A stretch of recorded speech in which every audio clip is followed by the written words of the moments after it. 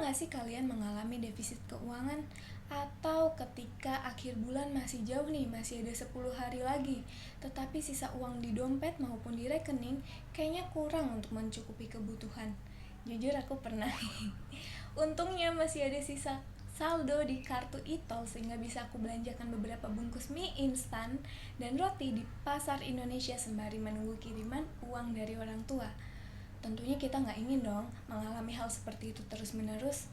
Nah, itulah mengapa penting bagi kita untuk mengelola keuangan kita sedari dini. Halo semuanya, perkenalkan namaku Elfrida. Kalian boleh panggil aku El, dan aku mahasiswa manajemen Fakultas Ekonomika dan Bisnis Universitas Gadjah Mada. Di video kali ini aku akan membahas mengenai 101 on how managing your finance. Tapi tenang, aku nggak akan membahas mengenai financial management yang mungkin udah teman-teman pelajari di kelas masing-masing. Pengaturan atau pengelolaan keuangan adalah kegiatan yang dilakukan seseorang dalam mengelola keuangannya, mulai dari perencanaan hingga pengendalian, sehingga pengeluaran tidak melebihi pemasukan. Sekarang aku akan menyebutkan beberapa alasan mengapa kita perlu untuk mengelola atau mengatur keuangan kita. Yang pertama, pengaturan keuangan membiasakan kita untuk hidup lebih teratur dan hemat. Yang kedua, pengaturan keuangan melatih kita untuk menabung.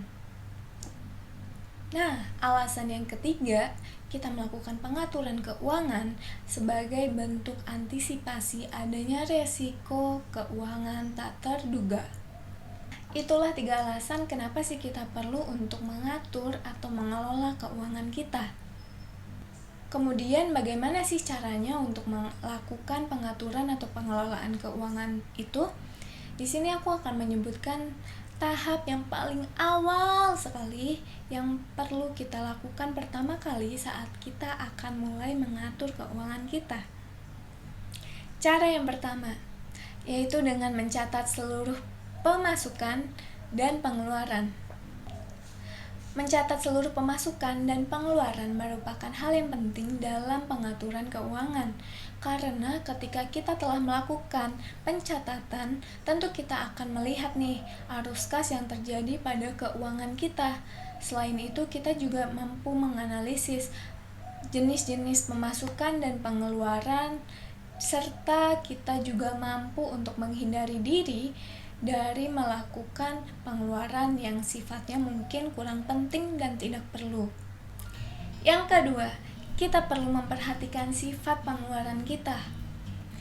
Setelah melakukan pencatatan pemasukan dan pengeluaran, kita juga perlu nih untuk memperhatikan sifat pengeluaran kita, terutama pengeluaran yang sifatnya rutin, sehingga kita mampu merancang perencanaan keuangan yang sesuai dengan porsinya. Contoh dari pengeluaran rutin bulanan adalah pengeluaran listrik, telepon, dan air. Sementara pengeluaran rutin yang sifatnya tahunan ada sewa tempat tinggal ataupun pajak.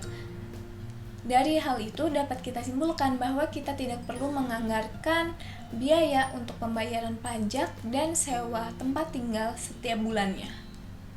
Yang ketiga, kita perlu untuk menyusun anggaran. Berbicara mengenai pengaturan keuangan, tentu kita nggak bisa jauh-jauh dari yang namanya penyusunan anggaran. Ada 2 hal yang paling utama ketika kita mau menyusun anggaran. Yang pertama, kita harus mampu membedakan mana kebutuhan dan mana yang hanya keinginan. Dan yang kedua, kita juga harus mampu nih untuk menentukan prioritas dari kebutuhan-kebutuhan kita. Penyusunan anggaran ini diperlukan karena rencana anggaran yang telah dibuat oleh seseorang nantinya akan menjadi acuan baginya sehingga pengeluaran yang terjadi berjalan sesuai rencana. Nah, itulah alasan mengapa kita perlu untuk melakukan pengaturan keuangan, serta 3 tahapan awal sekali yang perlu kita lakukan ketika kita akan mulai untuk mengatur keuangan kita. Sekian yang dapat aku sampaikan. Aku minta maaf banget kalau misalnya ada kesalahan atau kekurangan dalam hal-hal yang aku ucapkan. Semoga video ini bermanfaat bagi teman-teman. Sampai jumpa.